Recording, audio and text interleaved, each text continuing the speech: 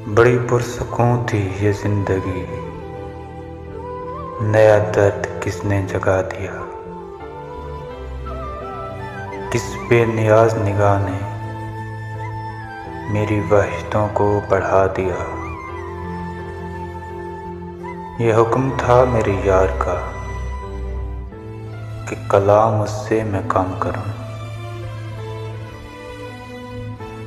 मेरे होंठ फिर ऐसे सिल गए कि मेरी चुप ने उसे रुला दिया। उसे शेर सुनने का शौक था, मुझे अर्ज़े हाल का ज़ौक़ था। इसी ज़ौक़ और शौक़ में एक दिन उसे हाल दिल सुना दिया। वो निगाह कैसी थी, ये गुरेज कैसा गुरेज था। मुझे देख कर भी न देखना, इस अदा ने राज सुना दिया। किसी नाम से किसी याद से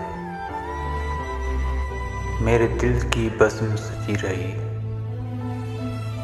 कभी ये चिराग जला दिया, कभी वो चिराग जला दिया।